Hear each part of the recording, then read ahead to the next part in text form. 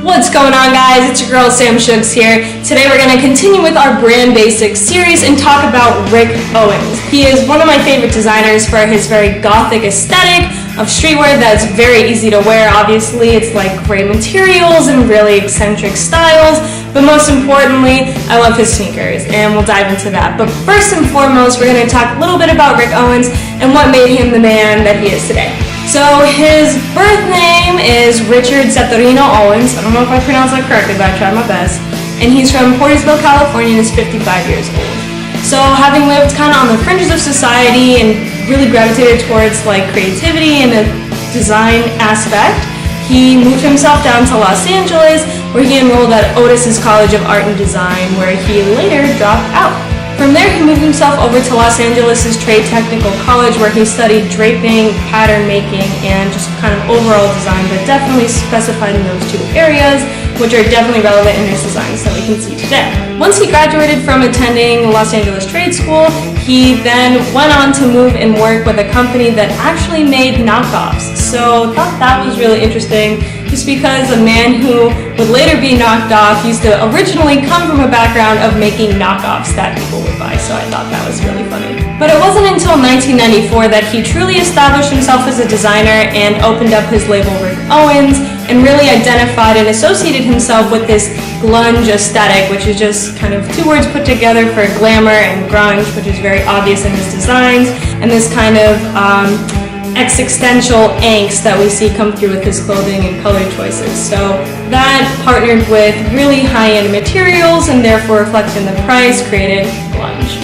So within these first couple of months, he was really starting to establish himself as a designer, but didn't get really recognized for his craft until a year later, where Kate Moss was wearing his legendary leather jackets. Once that was picked up, people really started being interested in seeing what he was doing with his designs, and with help from Anna Wintour having a real soft spot for his designs, and the help of Vogue America, who she's the editor-in-chief for, he was able to have his first show in New York Fashion Week in spring-summer of 2002.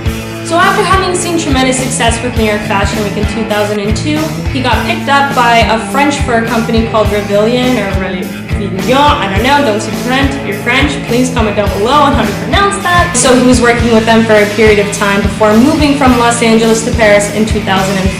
And it was during this time in Paris that he truly fell in love with the landscape and was sharing his experiences with his muse and now wife, Michelle Lamy, who are seen side by side. They're inseparable, and they do much work together that is significant of his own brand aesthetic, which is very dark but glamorous and very fashionable, but still very subculture oriented, which I find really fascinating.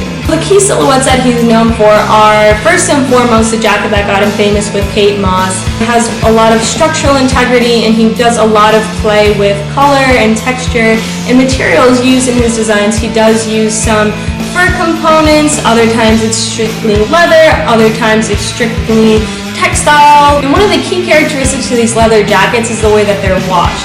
So they're treated in a way that, quote unquote, it is like a second skin, so he said. So that's definitely what makes these leather jackets especially memorable and a key part of someone's wardrobe. Nextly, we all know his Adidas sneakers and his dark shadow collections, which is like a very simple take on a sneaker. Some, you can kind of reference it from Converse's Chuck Taylor, and especially with the Adidas collaboration, a lot of them had like the superstar toe cap alongside other small characteristics that really got him famous within the streetwear world and made it a little bit more affordable price point for people to enter in.